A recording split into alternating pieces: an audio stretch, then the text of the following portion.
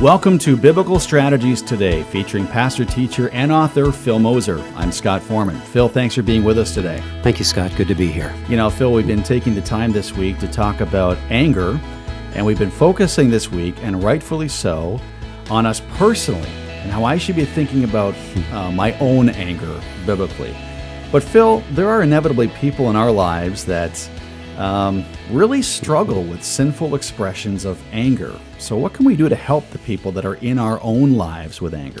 Yeah, well, I think the first thing you'd want to do, Scott, is model the kind of response that Jesus had in John chapter 1. We're told that Jesus was full of grace and truth, and in doing that, he communicated what the Father was like, that God the Father is full of grace and truth. So it doesn't say grace or truth, it says grace and truth. So when we talk and live before the people around us, we want to do that in such a way that both grace and truth shows. So there's two ways I think that truth can be demonstrated through us. One is truth is spoken.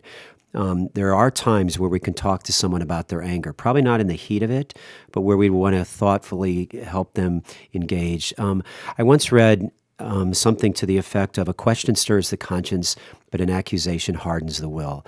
We don't need to accuse and point the anger out as much as we need to generate, if we want to teach, as we need to generate a question that causes them to think about it. The other thing is that our truth is lived. So let me just take on the first one. Truth is spoken.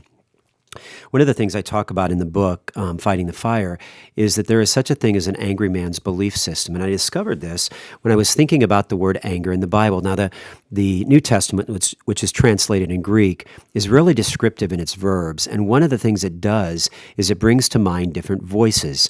So the English language has an active voice and a passive voice. So an active voice would sound like this. Scott hit the ball, okay? That's an active voice. Scott's the doer of the action. It could also have a passive voice. Scott was hit by the ball, okay? So that means Scott is the receiver of the action. But the Greek language did something else entirely. It had a middle voice, which meant that you were both the doer and receiver of the action. In other words, to say it this way, Scott hit Scott, okay? Now, that's important because Vine's Expository Dictionary tells us that 8 times in the New Testament, the word anger is translated in the middle voice. An angry man's belief system works like this. We feel like anger happens to us and we are passive recipients.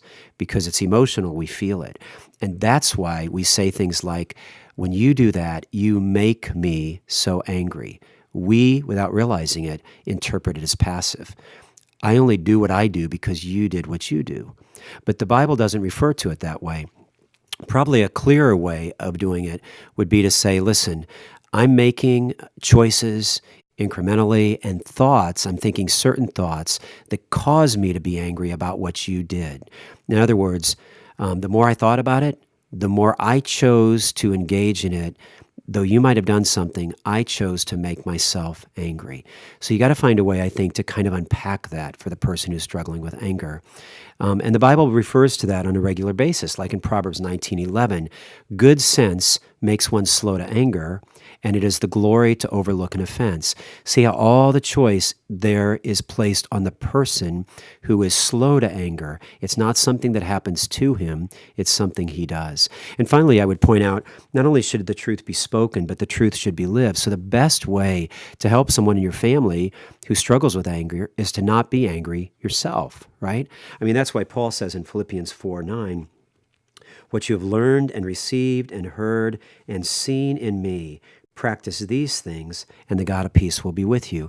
In other words, just think about that. Paul says, listen, I've done these things so that you might learn how to do them. So one of my favorite verses in the Bible on anger is actually James 1:19, which captures it this way: let everyone be quick to listen, slow to speak, and slow to become angry. Here it comes. Because the anger of man does not accomplish the righteousness of God. If you want to help someone who struggles with anger, stop being angry with them for their anger. Well, in Phil's book, Fighting the Fire, Phil addresses 6 different forms of anger and introduces you to their biblical opposites and offers hope for change. Fighting the Fire also gives biblical insights for understanding, as Phil just talked about, the angry man's belief system. So you can get this for yourself by going to biblicalstrategies.com, click Store, and order the Fighting the Fire package today, which includes a book, study guide, and scripture retrieval system. Or you can call us toll-free at 1-877 1992. That's 877 772 1992.